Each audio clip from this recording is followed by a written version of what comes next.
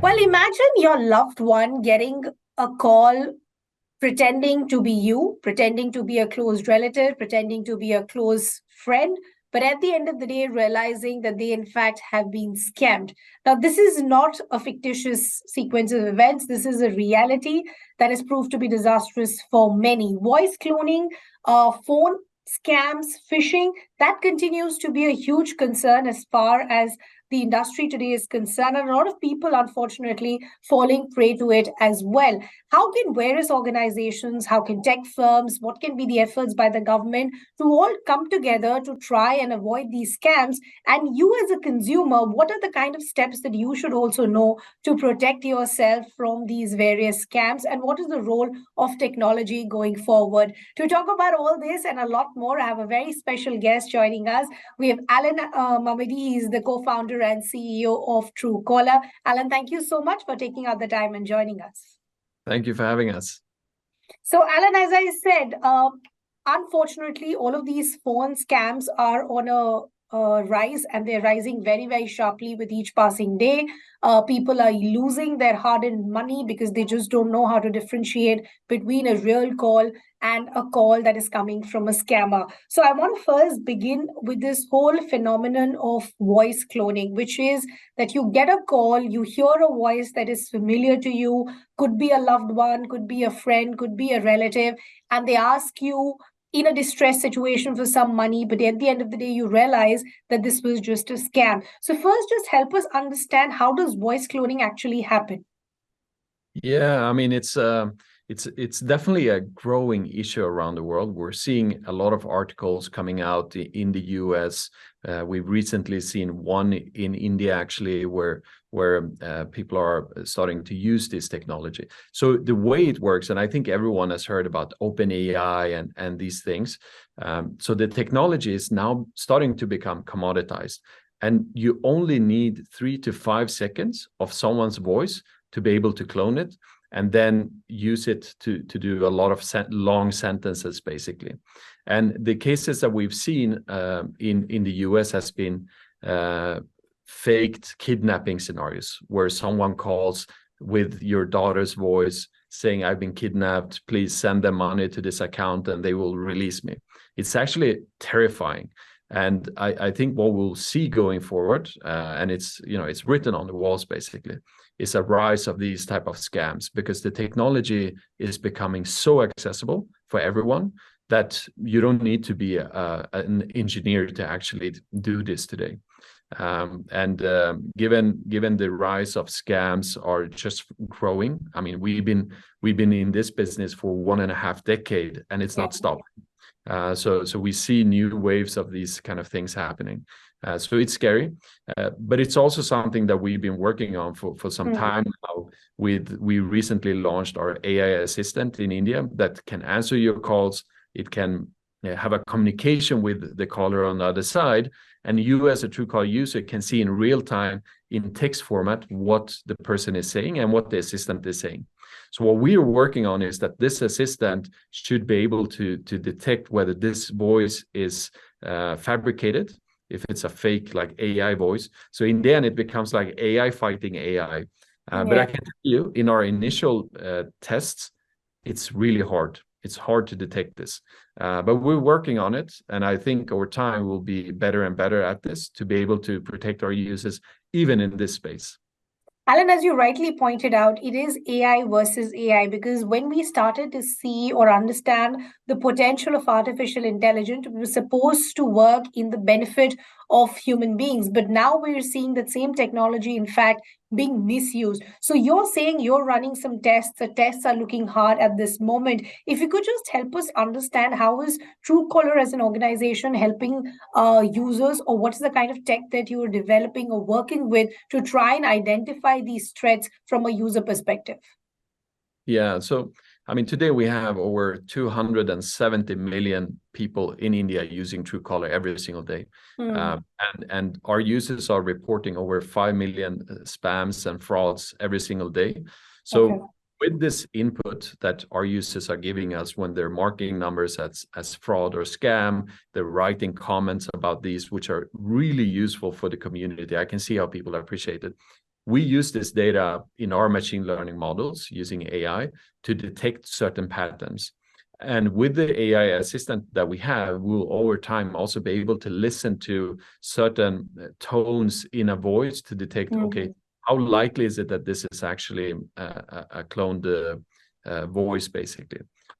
So it's what is helping us is the fact that we have many users in our community that can report and help us. And when they're reporting, they're helping us to sort of improve our models, basically. So that's the simple explanation of how it works. But I think we should keep in mind that AI as a tool can be extremely useful. But what we're seeing is that some bad actors, some humans are misusing these tools. And that we should expect will be growing over time. And we're seeing recent activities with face cloning online and so forth. So, Alan, as you're rightly pointing out, the number of calls that in fact are being reported by users are in millions on a day-to-day basis. That's the kind of penetration that these scammers have managed as far as the market is concerned, or at least that's the number of people that they at least want to target on a day-to-day basis, which means the guards need to be even more higher in that sense, or your safety mechanisms need to be higher in that sense. Yes, Truecallers is helping people identify spam calls, fraud calls, but also you need a larger mechanism that is also reported. And I believe this is where something like Trust Checker will come up. So could you help us understand what is this partnership? What is the idea behind wanting to join hands as far as Trust Checker is concerned? Yeah. So we've so far done 3 acquisitions in India. We bought 3 companies. In most cases, it's been because of the fantastic team and the technology they've built. So Trust Checker is a Bangalore-based company. And what they did, which was really cool, was that usually what you see around is scams, where these scammers, they create YouTube videos pretending to be like a bank, and they have like a customer support number of the bank to create legitimacy around a phone number. And they usually start doing this work and spread things on social media, like videos like, hey, call our bank. This is our number if you have any issues. And then when you call it, it's a honey trap. It's basically a scammer you're calling. So what Trust Checker was doing was that they were scanning the web for videos like this and picking out the numbers of these videos and immediately marking them as scams and frauds. So that was a fantastic complement to add into our system. So now we're also doing these things, basically scanning the web for scam videos and taking out those numbers and putting them into the Truecaller system. Okay, so that just increases the database of where these scammers are coming from, the numbers that they're using. Alan, before we discuss more, I just want to understand in terms of an overview, what are the most common kind of phone scams that are being reported or that you are seeing only increasing as far as the consumers are concerned? Well, the ones that are increasing. So recently we launched something that we call Message ID on Truecaller. Think about Truecaller, the caller ID that you get on calls, but for messages. And we've detected patterns that when you get a phone call and you also get an SMS with an OTP, then it's most likely a scammer. Someone is trying to log into your bank, and at the same time, they're calling you to say, hey, I'm calling from the bank. I need to verify that I'm speaking to the right customer. Please give me your OTP. So what we've done with this Message ID on Truecaller is that when those 2 cases happens at the same time, you get a call and you get an OTP SMS. On that OTP message, we show, be very careful, do not share this OTP with anyone. And we've received a lot of feedback from users who are saying, thank God you saved me from losing money because this thing just happened to me. So it's about educating users of the new tactics that these scammers have, but also that we understand and learn and become fast at adopting these methods so that we can prevent these from happening. So I would say that's the big one that is happening right now. You get a call at the same time, you get an OTP, and they will say, I'm calling from the bank to verify who you are. Please give me the OTP that I just generated for you. So, Alan, this message ID that you're talking about, as far as this feature in Truecaller is concerned, is it already available to all users? Is it something that they have to maybe add on separately, or is it already available on the interface that they're using? It's available for everyone right now. Okay.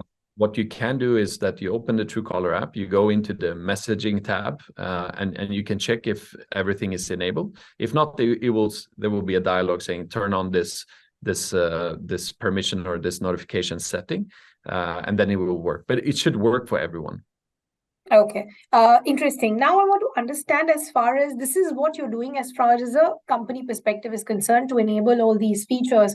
But when somebody is getting these messages or these calls, and as we discussed earlier, usually the scenario that is played out is that this is a make or break, it's a distress situation. So even your reactions are going to be the ones that you have in a panic situation. What are the options with consumers in a situation like this if they need to track whether it's a real or a scam call? Well, I think the best way you can do is just to use Truecaller. I mean, you will always have the latest information inside of Truecaller, and I think with the help of our community, we they're so engaging in writing high quality comments about phone numbers. What we're doing using AI is actually understanding the context of the comments that people are leaving, and then we're summarizing it for them. But I think it's hard for each and everyone, especially our older people, to be aware of what's happening, because these scams are usually targeted towards older people. So it's hard to always be on the alert. Like, should I be suspicious? That's why I don't want to promote our product too much, but it's really helping a lot of people, and it's our job, and we've been doing this for 1.5 decades, and we're excited about the coming decades. So, Alan, you've spoken about the potential of artificial intelligence, but it's the same technology that we're seeing being misused today as well. Despite all of that, do you still see immense potential as far as the technology itself is concerned? What are the kind of benefits that you see of using AI? Well, every new technology will always be misused in different ways. It's a part of the sort of cycle. At some point, it will mature. But I do think that we'll see a lot of efficiency using these type of technologies in our day-to-day life. I mean, as a tech company with a lot of engineers, we've adopted many of these technologies so that we as developers and coders can become more efficient in our way of working. So we're already seeing this on a day-to-day basis, and I think we'll see more industries adopting this underlying technology. We might not realize that we're using this technology in our day-to-day work. All of a sudden, we'll have more time to do more things within work. So I think going forward, I don't think it will replace jobs. I think it will just make us have more time to do more things, basically, or other things. That's what I was getting to. The biggest debate around AI has been, will AI replace human beings? Will we all lose our jobs? So that's what I wanted to understand. What is your forecast with that? And secondly, the other debate is around regulation of AI. Where do you stand on that? I mean, it's a really, really hard topic, honestly. I don't know. It's hard to predict, honestly, and I will probably be wrong. But if I only look historically how technology has helped us, when the typing machine came out, everyone was worried that companies would not be able to sell pens, for example. But what happened was we became faster at writing books or these kind of things, and then computers came. So this debate has always been around, like, what threat will this be? And I'm more of an optimistic person. I think we'll see benefits with it, and I think in the end this will be something good for humanity. That's how I look at it. When it comes to regulation, I think it's a fine balance. We don't want to regulate it too hard to stop innovation. But I think we should have grounding principles, basically. And each and every company needs to take their responsibility on how to use new technology. So I'm optimistic about it. And I think governments around the world needs also to think about how do we make sure that we don't limit companies from evolving and because there are other countries from a geopolitical point of view Yeah. that not have these principles, and they will go all in. What will that mean to us? So Okay. it's a hard question, but in the end, I think humans are good, and I think if we have good principles within each and every company, then we should be fine. Okay. Last question that I want to understand is from an India perspective, as far as your market is concerned, Alan. You said something very interesting a short while ago, that you have people in millions reporting frauds and scams on a day-to-day basis, which means that also shows you the kind of growth and potential that you have in India alone. Could you give us an overview in terms of the users in India, and what is your growth forecast going forward? Well, I see a lot of opportunities here in India, and we have a fantastic team. We have in general great access to great talent as well, which means that we'll be able to build a lot of disrupting technologies to serve consumers. And today we have over 500 million connected smartphones in the country. That number is expected to grow every single year. GDP is expected to grow with 6-7% next year, while many other countries are negative. So I do believe that in the coming years, we'll see more people getting a really fast and stable network connection, internet connection, which will in many ways grow entrepreneurship, which is fantastic. But for us, we definitely believe that we'll continue to grow with the market in the coming years. I would be surprised if we don't have over 500 million people using the service in a couple of years. So that's how we're looking at it. But for us, it's important to be innovative, never be satisfied, just continue to work on the product, listen to our consumers. So that's where we're at, basically. Okay, perfect. Alan, this has been a pleasure speaking to you. Thank you so much for taking out the time and joining us. Thank you very much for having us.